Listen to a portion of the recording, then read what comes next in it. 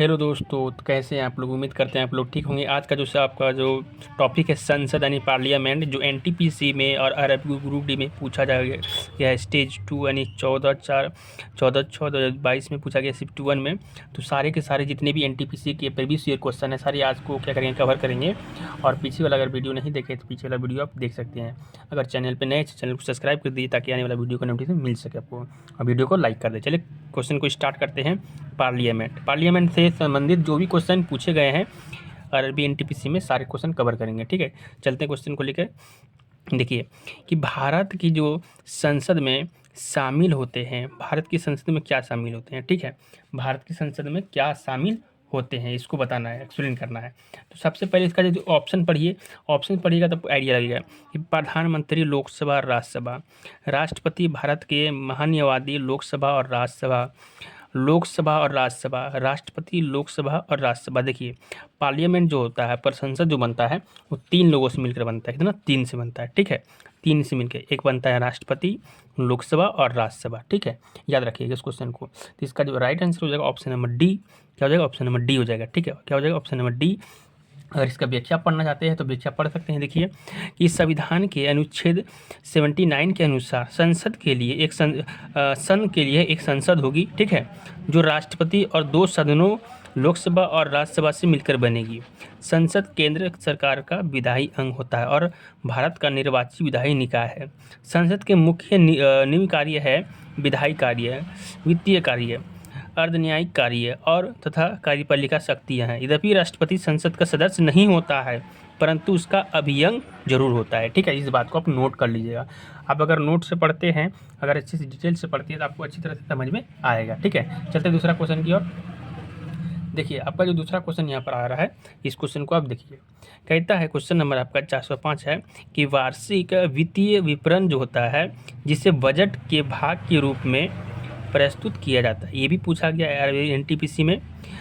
भारतीय संविधान के किस अनुच्छेद के अंतर्गत आते हैं। ठीक है, जो आपका भारतीय जो बजट होता है वो भारत के किस अनुच्छेद के तहत आते हैं। अनुच्छेद 115 दिया है, अनुच्छेद 114 दिया है, अनुच्छेद 113 दिया है, अनुच्छेद 112 दिया है। ठीक है, यह जो आते हैं किस अनुच्छेद के तहत? अनुच्छेद 112 के तहत। ऑप्शन नंबर डी हो जाएगा आपका। ठीक है, ऑप्शन नंबर क्या हो जाएगा? डी। देखिए इसका आंसर ये पढ़ते हैं थोड़ा सा यहाँ से। भारतीय संविधान के अनुच्छेद 112 के वार्षिक वित्तीय विवरण जो होते हैं आर्थिक बजट से संबंधित हैं।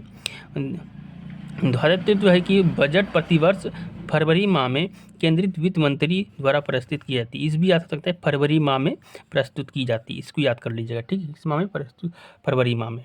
ठीक है, आगे की और क्वेश्चन चलते हैं। क्वेश्चन देखिए आगे की ओर है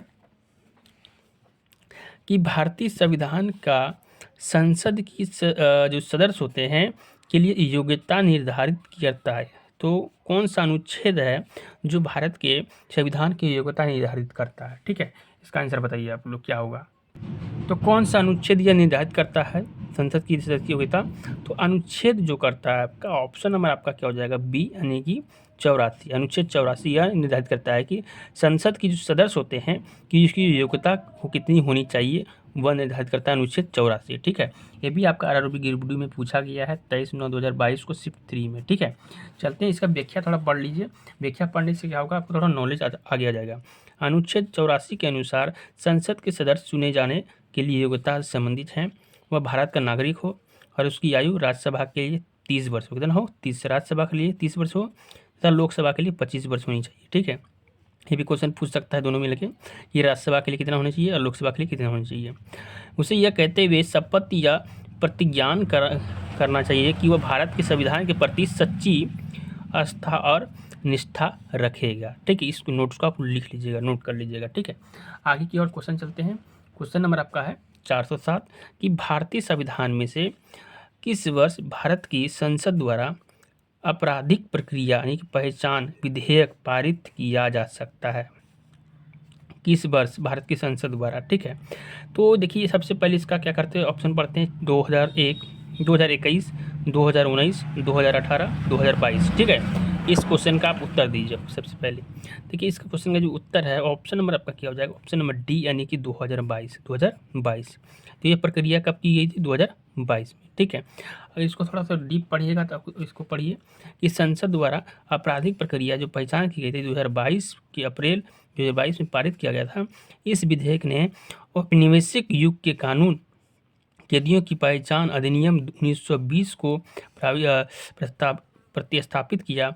यह अधिनियम अपराधियों के साथ साथ अपराधों के आरोपियों के शारीरिक और जैविक नमूने लेने के लिए कानूनी मंजूरी प्रदान करता है। ठीक है, इस चीज़ को नोट कर लीजिएगा आप लोग।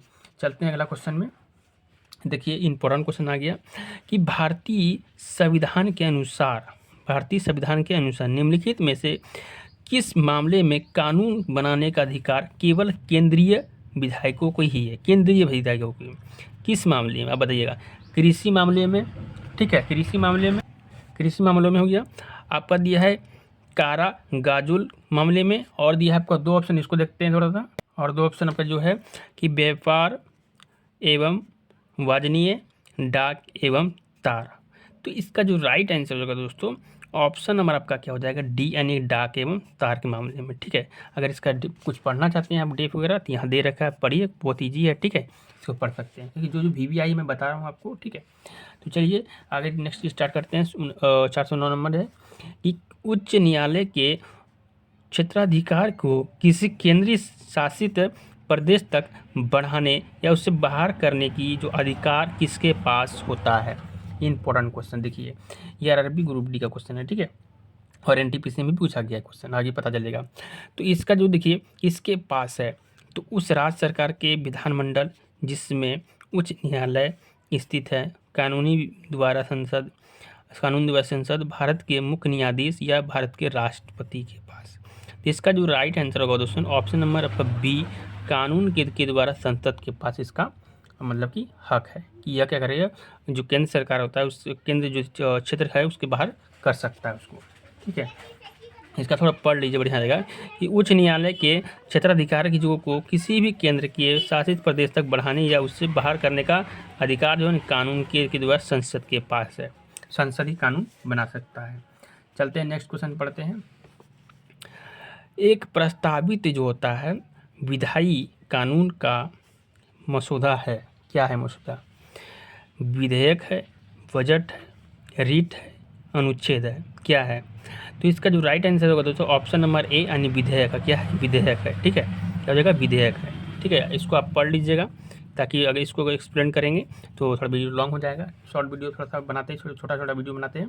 आप इसको लिख सकते हैं कि विधेयक जो होता है एक प्रस्तावित कानून का मसौदा होता है जिसे संसद के किसी भी सदन में कोई भी सदस्य विधेयक को पेश कर सकता है।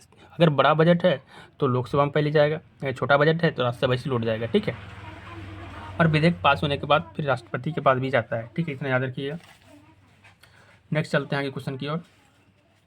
क्वेश्चन नंबर है देखिए 411 कि वार्षिक वित्तीय विवरण जो होते हैं वार्षिक वाला भारतीय संविधान के किस अनुच्छेद के तहत तैयार किए जाते हैं। जो वार्षिक वित्तीय होते हैं, ठीक है, वो किस संविधान अनुच्छेद के तहत तैयार किए जाते हैं, इतना याद रखना है। तो देखिए अनुच्छेद 101, अनुच्छेद 112, अनुच्छेद 130, अनुच्छेद 140।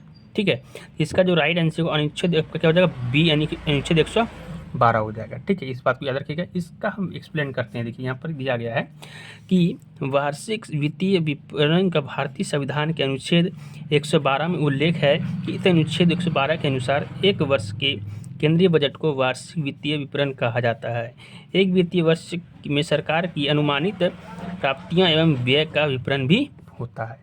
ठीक है, इसको नोट कर लीजिएगा। जितना वही बोल रहे हैं सारा एक्स्ट्रा नोट है, इसको जो भी पढ़ना है डीप से पढ़िएगा। ठीक है, और लिख लीजिएगा ताकि ये जो आपका दिख रहा है डिब्बा में जो लिखा हुआ है इंपॉर्टेंट है आपके लिए।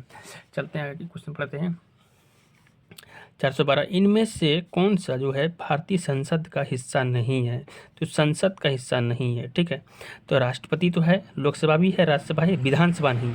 आपको बताए थे कि संसद में 3 लोग होते हैं, एक राष्ट्रपति होता है, एक लोकसभा, एक राज्यसभा होता है, विधानसभा नहीं होता है। तो यहाँ नहीं, नेगेटिव का आंसर नेगेटिव हो जाएगा। ठीक है, इसको एक्सप्लेन करने की कोई ज़रूरत नहीं है। आप इसका जो आंसर पढ़े थे शुरू में 1 नंबर का क्वेश्चन था वही था आपका। ठीक है, चलते हैं आगे क्वेश्चन की ओर। 413 में देखते हैं क्या है।